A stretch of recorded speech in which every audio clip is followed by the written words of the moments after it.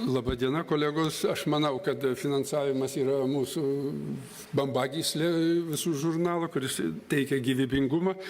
Šiandien mes kalbėsime, tai yra su kolegu Rimvydu Petrausku, pasidalijome temą apie periodinį mokslo leidinių leidybos tą praėjusių 3 metų patirtį. Todėl, kad galbūt geriau suvokti tai, kas mūsų laukia artimiausiais mėnesiais ir galbūt pateikti dar ir priminti informaciją, kadangi pakankamai daug ateina signalų, kaip daryti, kaip teikti paraiškas, kartais dėl smulkmenų, kartais dėl ir esminių dalykų klausimai yra. Taigi, kaip buvo finansuojama, kokia patirtis, kaip buvo daroma atranka. Lietuvos periodinių mokslo leidinių leidyba vykdyta pagal žmogiškų išteklių plėtros veiksmų programos 3 prioritetą ir projektas vadinosi periodinių mokslo leidinių leidyba. Planuota trukmė buvo jau pateikta ministerijos 11 birželis, 14 rugpjūtis, bet buvo galimybė pratęsti 2 mėnesiams. Projektas finansuotas Europos socialinio fondo ir Lietuvos Respublikos valstybės biudžeto lėšomis ir finansavimas buvo skirtas puspenkto milijono arba maždaug beveik 300 000 eurų. Projektų išlaidų suma buvo nežymiai mažesnė. Įsisavinta 93% lėšų. Kodėl taip atsitiko? Tiesiog tų lėšų susikaupė dėl viešųjų pirkimų mažesnių kainų ir dėl neišleistų kai kurių numerių. Tai yra darbo užmokesčio nebuvo išnaudota ir tokiu būdu buvo lėšų likutis daręs. Projekto esmė. Žinoma, be abejo, Lietuvos institucijos, kurių skaičius net ir kaip bejungiant nemažėja, sistemingai vykdo įvairius mokslinius tyrimus, technologinės plėtros darbus, užsiima kitomis su tuo susijusiamis veiklomis. Ir gauto rezultatų viešinimo poreikis. Aišku, kad jis yra aktualus, ką mes ir girdėjome iš šiandieninių visų pranešimų. Ir ypač akcentuojamas viešinimas už Lietuvos ribų. Šiandien išgirdau stulbinantį skaičių iš pranešėjus, kad šiandien Lietuvoje leidžiama 280 periodinių leidinių nacionalinės ir tarptautinės reikšmės. Man tas skaičius nustebino dėl to, kad paraiškų prieš 11 metais mes sulaukėme finansuoti tik iš 103 leidinių. Tik iš 103 leidinių. Tai iš kur per tą laiką atsirado, negi kiti neteikia, kokie tai yra dar 180 leidinių. Taip, jų daugėja, atsiranda tęstiniai leidiniai, kurie sugeba išleisti per metus 1 tomą, arba jau 2 metus egzistuoja, žinoma, tikisi, nes taisyklė yra, kad būtų ėjęs ne mažiau kaip 2 metų. Milžiniška, žinoma, tų temų įvairovė. Iš kitos dubliavimas, jis apsunkina, žinoma, ekspertų komisijai kokybiškų ir publikuoti vertų leidinių finansavimą. Kartais jie pagal savo rodiklius, kaip ant peilio ašmenų. Ir nedaug dieve, jeigu tampa žinoma, kas pasakė, kas kalbėjo ir kas tie ekspertai yra, mes stengiamės visą tai neviešinti. Yra sudėtinga ir psichologinė atmosfera šitiems ekspertams ir vertintojams. Taigi, bet neišvengiama atranka leidinių yra neišvengiama. Švietimo ir mokslo ministerijos nurodymų tai vykdo periodinį mokslo leidinių vertinimo ekspertų komisija ir ta komisija tos pačios ministerijos potvarkio tvirtino Lietuvos mokslo akademijos prezidiumas. Komisija sudarė ministerijos, Lietuvos mokslo tarybos ir akademijos deleguotų po 2 narius. Šiais metais situacija jau yra pasikeitus, ministerijos įsakymų visą, ką pavesta, yra vykdyti tik Lietuvos mokslo akademija, išskyrus, kad ministerija nurodė savo 2 narius, tai yra pateikė raštu, kaip ir mokslo taryba pateikė savo kandidatūras, o mokslo akademija atitinkamai delegavo. Ekspertų darbe teko vadovautis tada ministro Gintaro Steponavičiaus patvirtinti leidinių atrankos tvarka. Ji buvo paskelbta valstybės žiniose ir mes nurodydom, kad prašom susipažinti su tos tvarkos aprašu ir jo vadovautis. Šiandien šį kartą, tai yra tai, kas jūs laukia, jau valstybės žiniose nebus paskelbta, yra įdėta į Mokslo akademijos svetainėje informacija ir atsidarė tam tikrą ikoną struktūrinių fondų projektai, jūs ten rasite tvarkos aprašą. Tuomet tvarka numato, kad gali būti atrinkti aukščiausių lygių, mokslinio lygių žinoma, ir reikšmingiausi Lietuvos mokslo periodiniai leidiniai, kurių leidybai tikslinga skirti paramą. Įteikta tik žurnalo leidybai, lygiai taip pat ir ateityje liks redaguoti, maketuoti, spausdinti, elektroniniai arba skaitmeniniai leidybai bei sklaidai.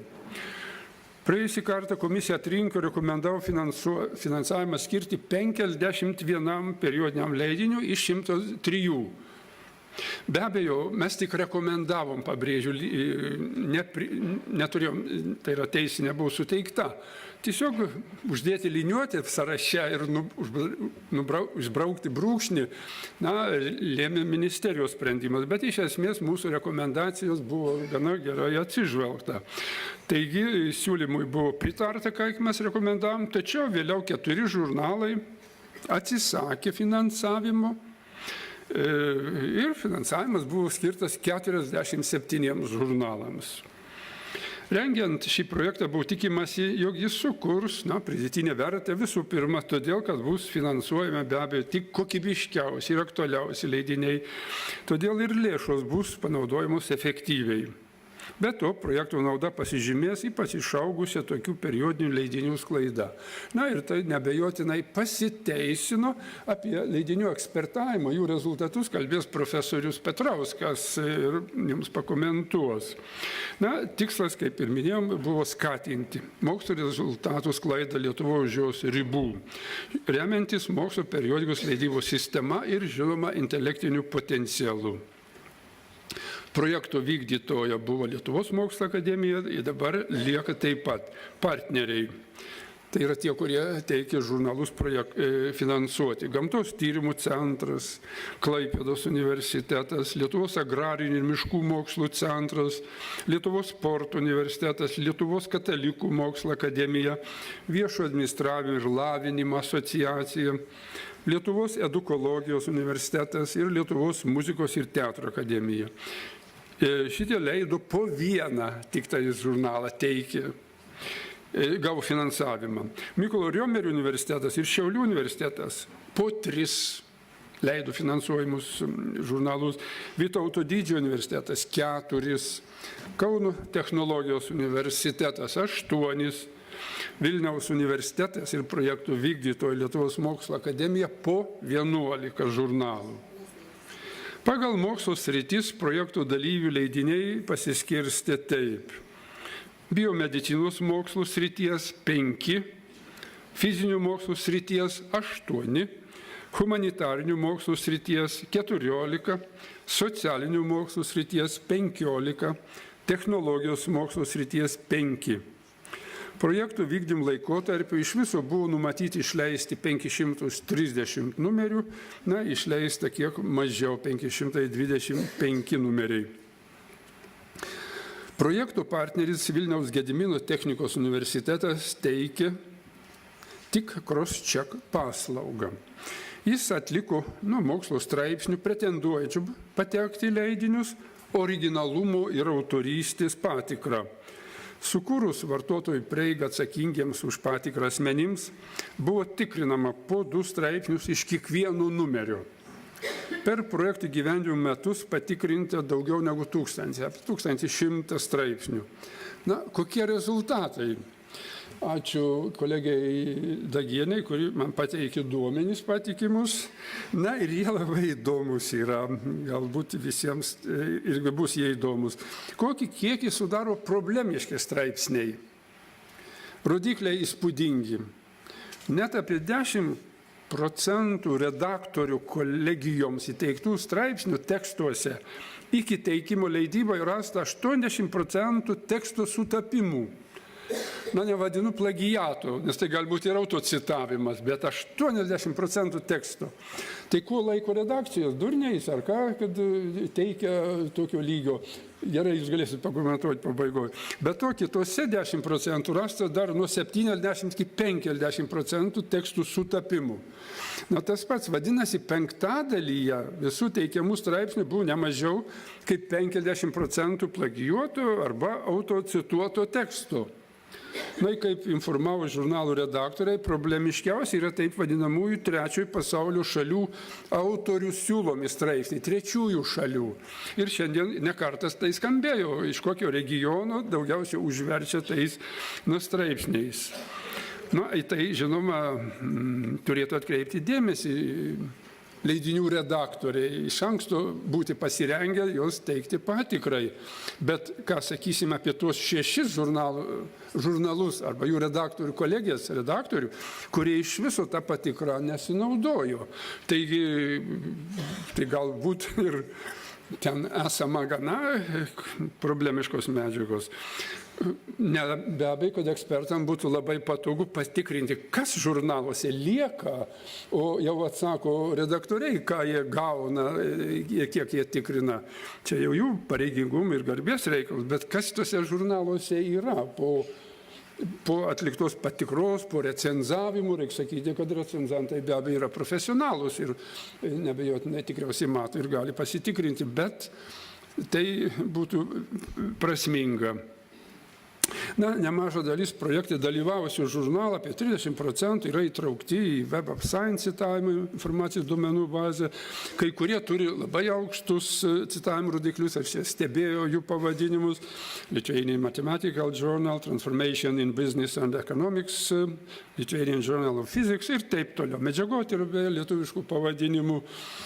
Kiti leidiniai, visi įtraukti į kelias tarptautinės duomenų bazės, kad mažiau 3 būtų duomenų bazių, turbūt ir neatsimenu, kad būtų šiaip ar taip sklaida ir patikra yra nemenka.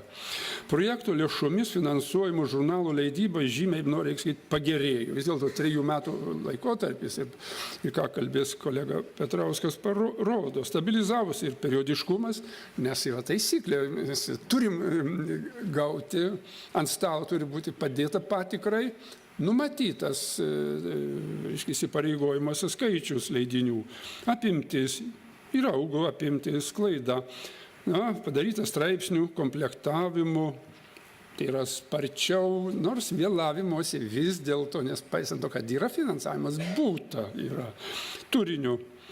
Vykdyta žurnalų prenumerata, tačiau dabar prenumerata iš esmės atkrenta, kadangi visa prieiga yra skaitmeniniam pavidalu galima rasti. Įtakos greičiausiai kai kuriems netobulumams sklaidai turi, kad straipsniai yra publikuojami, kaip sakiau, institucijų arba jų leidyklų tinklalapiuose. Dar pagerėtų, jeigu kiekvienas žurnalas turėtų savo tinklalapį, o nereikėtų eiti į leidyklą, atlikti keliapakopę paiešką. Tai apsunkina ir mūsų vienas iš tokių kriterijų arba raginimų, priminimų leidėjams ir kolegijoms yra, jisai skamba.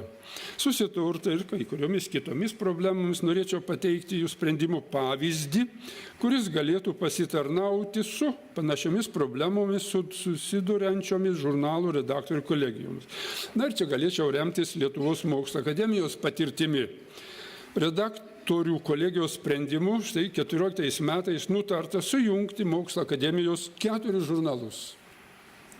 Biologija ir ekologija, nes pastarajam, pavyzdžiui, kilo kai kurių sunkumų pritraukti aukšto reitingo autorius ir sutelkti straipsnius. Jungtinis leidinys nuo šių metų vadinsis biologijos pavadinimu, kadangi biologija tai tas ledlaužis yra, o ekologija turbūt ir nelabai gal nukentės, ir tematika ir panašiai. Toliau, akademijos vadovybė dėl straipsnių stygiaus tuo pačiu metu pasiūlė jungtis ir žurnalams geologija bei geografija. Jis atliktas po diskusijų, jau karštesnių diskusijų su redkolegijų pirmininkais. Žurnalų redkolegijų bendram susirinkime pasirinktas kompromisinis pavadinimas iš abiejų pavadinimų buvus – geologija, geografija. Artimi mokslai. Na ir Mokslo akademijos prezidiumo posėdį patvirtintos jau sujungtų leidinių redaktorių kolegijos, į kurios pateko ir buvę, ir naujai pritraukti nariai. Žinoma, turi būti kils klausimas, kad toks jungimas gali turėti ir nenorimų pasekmių. Pasikeitų žurnalų pavadinimui. Teisiškai jis laikomas naujų leidinių, ar ne? Jam turi būti suteiktas naujas ISN numeris, o tai neišvengiamai gali turėti įtakos jo buvimo duomenų bazėse, kurios, pavyzdžiui, iki šiol buvo tiek geologinių, tiek ir kiti paminėti leidiniai. Kaip konkrečiai tai paveiks žurnalo gyvavimą, bus galima įvertinti vėliau. Ar tai teisiškai argumentuojant, įrodinėjant, kontaktuojant ir panašiai. Tačiau reikia spręsti tokias užduotis. Na, neabejotina, kad neišvengiamai reikės imtis mums derybų su bazių administratoriais, bet iš to, ką mes matome, yra dar leidinių, kurie turėtų šitą kelią išbandyti, tos, kurios ekspertavome. Ir kai mes pamatysim jūsų naujasias paraiškas, tai galbūt įvertinę bandysim kalbėtis, ar jūs nepriimtumėt kitokio sprendimo. Projekto finansavimo sąlygų apraše numatyta projektą užbaigus atlikti auditą. Tai buvo padaryta praėjusių metų pabaigoje, supažindint su išvadomis. Tiesiog perskaitau projektų vykdytojų mokėjimo prašymai visais reikšmingais atžvilgiais yra parengti pagal projekto finansavimo ir administravimo sutarties sąlygas, bei tikrai ir teisingai parodo finansinius projektų rezultatus. Projektas buvo viešinamas spaudoj, laikrašty Lietuvos žinios, paskelbtas ir straipsnis, bet nesvarbu čia pavadinimą, jeigu reikėtų pasakyčiau, ne vienas straipsnis, buvo pristatomas ir pats projektas, apibendrinti pasiekti rezultatai. Aš dar pakalbėsiu apie kvietimą teikti jūsų paraiškas. Terminas kovo 31. Kovo 31. Tai yra paskutinė diena. Jeigu tikriausiai, kad jau čia tie, kurie teiks paraiškas, jau pasižiūrėjote, bet pasipylė skambučiai, elektroniniai laiškai. Ir dažniausiai dėl ko skambinama arba rašoma? Dėl to, kad neperskaitė to, kas yra parašyta. Iki galo klausinėja visiškai aiškiai įvardintų dalykų. Yra 2 priedai, 1 ir 2, kokie yra reikalavimai, taip toliau, ką reikia užpildyti. Na, bet tai yra žmogiškiai dalykai. Dar noriu priminti, kad yra įpareigota Mokslo akademijos darbuotoja, organizacijos skyriaus darbuotojai Valerijai Paškauskin, telefonais, elektroniniu paštu atsakyti jūsų klausimus. Rašykite ir gausite, skambinkite ir gausite atsakymą.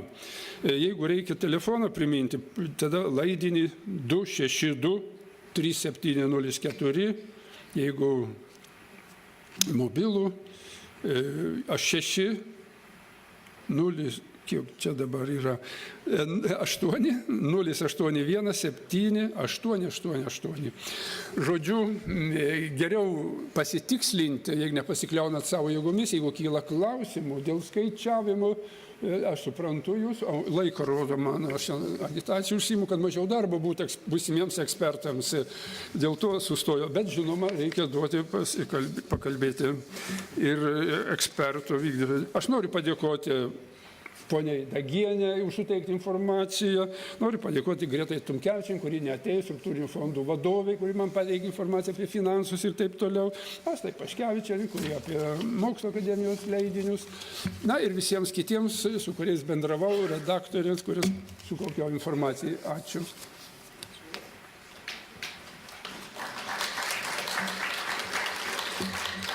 Taigi labai, aš pratęsdamas šitą pranešimą mėginsiu dabar tokias 2 dalis, dviem aspektais pakomentuoti. Viena vertus, kaip vyko techniškai, kaip vyko tas ekspertavimo procesas, leidinių vertinimo procesas ir kartu galbūt šiek tiek stebint šitą visą eigą, kokias išvadas galbūt šiek tiek preliminarias galima daryti, įvertinant šitą visą 3 metų darbo patirtį. Tai, kaip jau buvo pristatyta, šito ekspertinė darbo dalis apėmė 2 esminius etapus. Tai yra viena vertus reikėjo atrinkti tuos periodinius leidinius, kuriems galėjo būti skirtas finansavimas. Ir antras jau etapas, tai yra jau per tuos 3 metus konkurso metu atrinktų leidinių ekspertinis vertinimas per šitą visą laikotarpį. Tai svarbus, iš karto pasakyčiau, man atrodo, apie tai buvo kalbėta ir pirmoje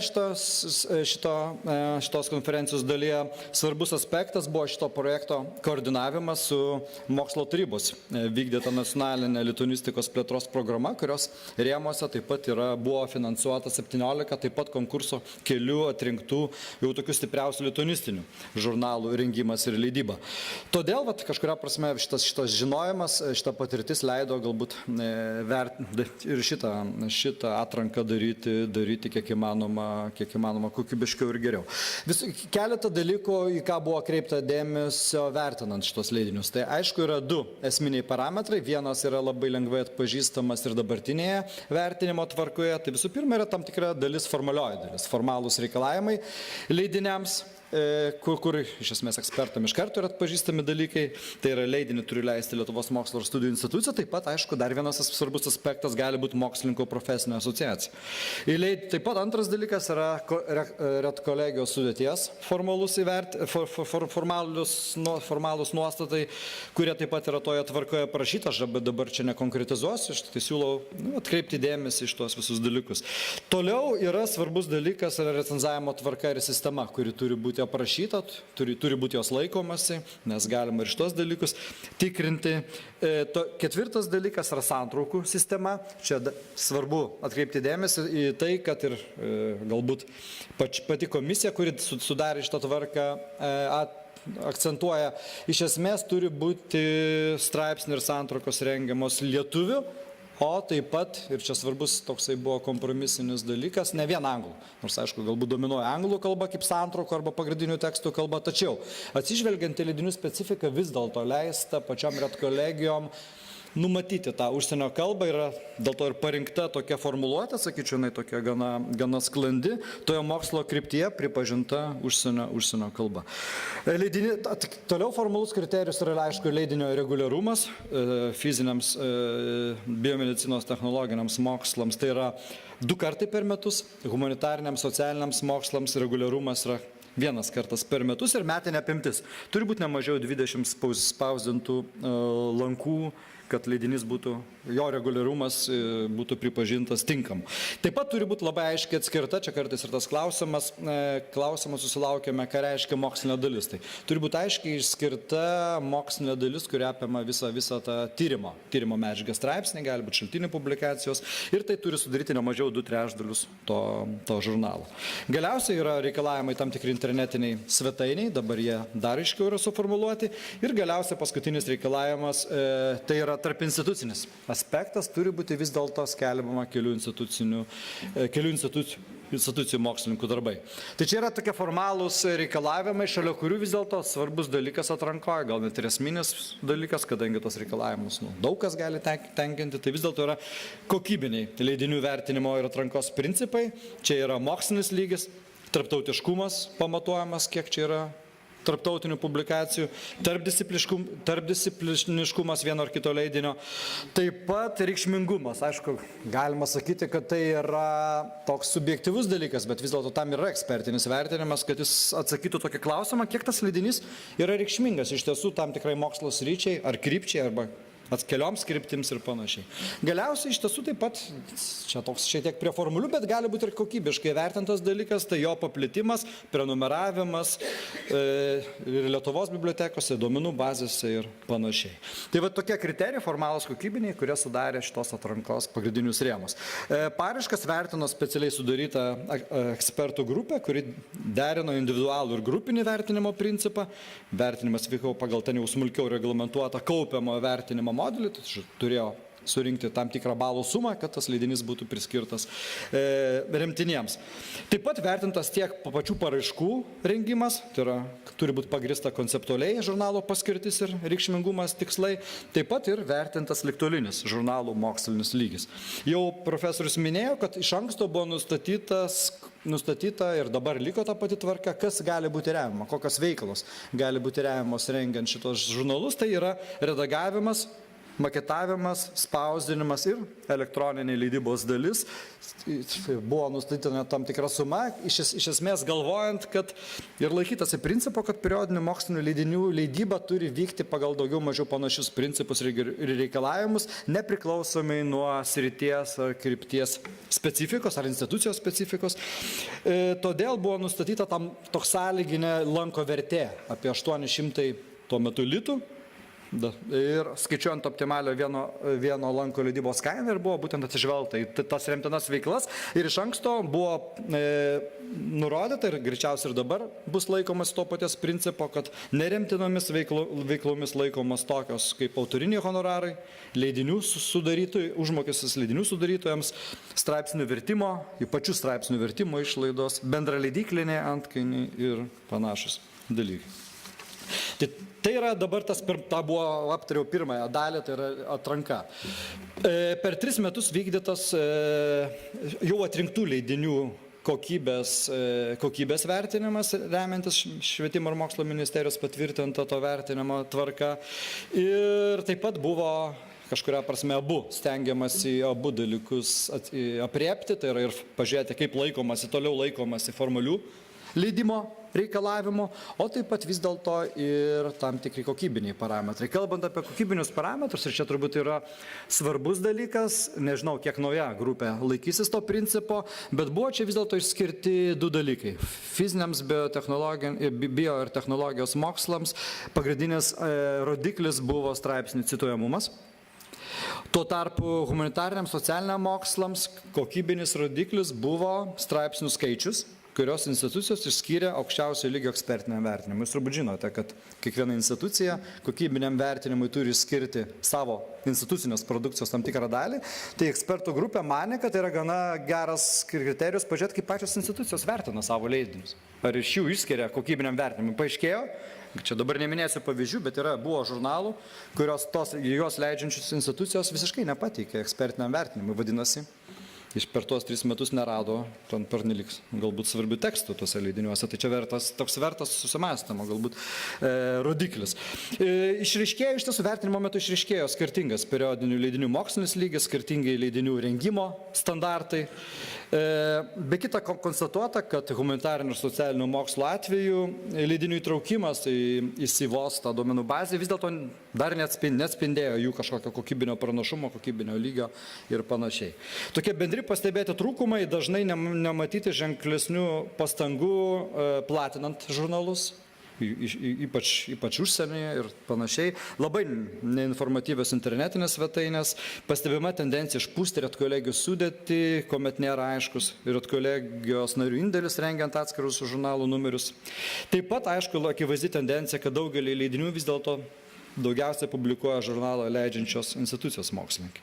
Bet vis dėlto, kita vertus, pavyzdžiui, buvo pastebėta, ir čia šiuo atveju gamtos ir fizinio mokslo atžvilgiu ekspertai konstatavo, pavyzdžiui, tokia viena citata iš ekspertinio vertinimo, kuri, sakyčiau, šiek tiek charakteringai atspindi situaciją moksluose ir Lietuvos žurnaluose.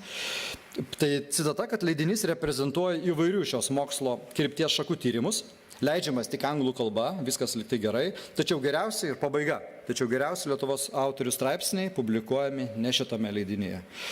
Taip pat konstatuotas vis dėlto kai kurių leidinių mokslinio lygio smukimas per 3 metus. Žodžiu, pastebėta, kad galbūt jau dabar jie net nelaimėtų tos atrankos. Ir buvo net identifikuota, kodėl tai vyksta. Pastebima tokia tendencija vis dėlto atskiros institucijose gausinti tos pačios krypties net periodinius žurnalus ir tam tikras perteklius, galbūt leidinių, ne visur, aišku, konkrečiose mokslo kryptise. Ir dabar apibendrinant ir bandant žiūrėti, ką daugiausia, galbūt dar 3 metai, nežinau, ar iš tiesų tas laikotarpis, kalbant apie kurį jau galima taip tiksliai tas visas tendencijas nužymėti, bet vis dėlto keli dalykai yra svarbus ir kurios ir galbūt reikėtų konstatuoti, tai 3 metų ekspertinė patirtis leidžia tvirtinti, kad aišku, kad konkursinis būdas yra, turbūt geriausia priemonė atrinkti tuos žurnalus tolesniam finansavimui. 3 metų ritmas turbūt taip pat yra tinkamas, per kurį jau užtikrinamas tam tikras stabilumas redkolegijos darbui, tačiau kartu yra galimybė, kad po 3 metų vėl tam tikra rotacija, tas viskas gali iš naujo įvykti. Ir kalbant apie atskirus mokslus, tai kalbant apie fizinius ir biotechnologinius, tai iš esmės ekspertai išskyrė tikrai aiškiai grupę žurnalų, matematikos, informatikos, ypač fizikos žurnalus, kurie tikrai išsiskiria savo lygių, recenzavimo kokybę, aukštų cituojamumu, užsieniečių mokslininkų aktyvių dalyvavimų, publikuojant straipsnius ir taip toliau. Kalbant apie humanitarinius ir socialinius mokslus, tai visų pirma, aišku, konstatuojama, ir šiandien turbūt apie tai nedaug kalbama, konstatuota yra įvairovė. Aišku, leidinių gausa įvairovė, sakyčiau, kad savaime nėra blogai įvairovė ir gausa. Nes tai yra vis dėlto žurnalai, moksliniai žurnalai, humanitariniuose, socialiniuose moksluose ypač, sakyčiau, tai yra svarbu, kad yra erdvė metodologiniam, tematiniam šių mokslininkų atsinaujinimui. Čia skelbimo tikrai daug tokios empirinės svarbios medžiagos, taip įveikiant tiek metodologiškai, tiek empiriškai įveikiant sovietinio laikotarpį tam tikrą sąstingį. Ir artėjant, vis dėlto galima pastebėti, kad artėjant prie tam tikros vakarietiškos publikavimo kokybės. Atskiri žurnalai toje pačio mokslo kryptyje taip pat gali egzistuoti. Nebūtinai jie turi būti 1 ar 2. Tačiau jie sugeba, manyčiau, kokybiškai padengti svarbę tam tikrą tyrimų nišą. Ir nes kartu vis dėlto viena vertus tą įvairovę gerai, tačiau jau užsiminiau apie tai. Galima stebėti vis dėlto leidinių gausinimo ir toliau vykstantį leidinių gausinimo atskirose institucijose ar mokslo kryptise tendencija. Dėl ko tai vyksta, sakyčiau, viena iš to priežasčių ilgą laiką Lietuvos moksle dominavęs kiekybinis mokslo produkcijos vertinimas, kuomet būdavo skiriami taškai vien tik tai už straipsnių skaičių ir taip toliau. Tai tikintis, kad ir toliau bus derama vieta skiriama kokybinio vertinimo linijai, manyčiau, kad leidinių ir straipsnių gausa, ta savaiminė gausa užleis vietą publikavimo mokslo kryptyje ar srityje geriausiai vertinamuose, ne tik Lietuvos, užsienio ir Lietuvos leidiniuose tam prestižiškumui.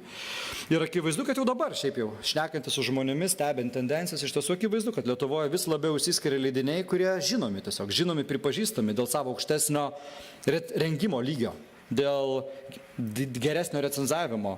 Tai, ką kartais redkolegijos vadina darbų su autoriais, taip sąlygiškai, dėl šitų visų standartų, tikrai. Lygis yra labai nevienodas. Ir todėl tikslas, dabar jau paskutiniai sakiniai, tikslas, mąstant apie tolesnę periodinių leidinių raidos galbūt kryptį Lietuvoje, tikslas yra aiškus, tai yra straipsniai mokslo žurnaluose turi remtis kruopščiu teorinių ir empirinių tyrimų, jie turi būti patikimai recenzuoti. Šiuo atveju netaip svarbu tas techninis klausimas, kokiu būdu tas recenzavimas vyksta, bet iš esmės ta recenzavimo kultūra turi būti plėtojama. Jie turi būti tinkamai publikuojami, įskaitant prieinamumo aspektą, o galiausiai tie straipsniai turi būti skaitomi ir diskutuojami. Nes periodiniai mokslo žurnalai yra turbūt svarbiausia mokslinio publikavimo platforma, nes tik čia vienintelė vieta, kur vyksta ar turėtų vykti fundamentalios išliekame vertę turinčios diskusijos, skelbiamos recenzijos, talpinamos atskirų mokslų raidai, taip svarbi mokslo kronika. Žodžiu, čia vyksta tas pilnavertis mokslinis gyvenimas. Vėlgi, 3 metų ta patirtis rodo, kad įvairios šią tendencijas galima žvelgti, tačiau paskutinis sakinys, manau, kad ekspertinių žurnalų vertinimo patirtis ir yra tas kelias, kaip tuos žurnalus toliau pastumėti tą kokybės stiprinimo kryptimi. Ačiū uždėmesį.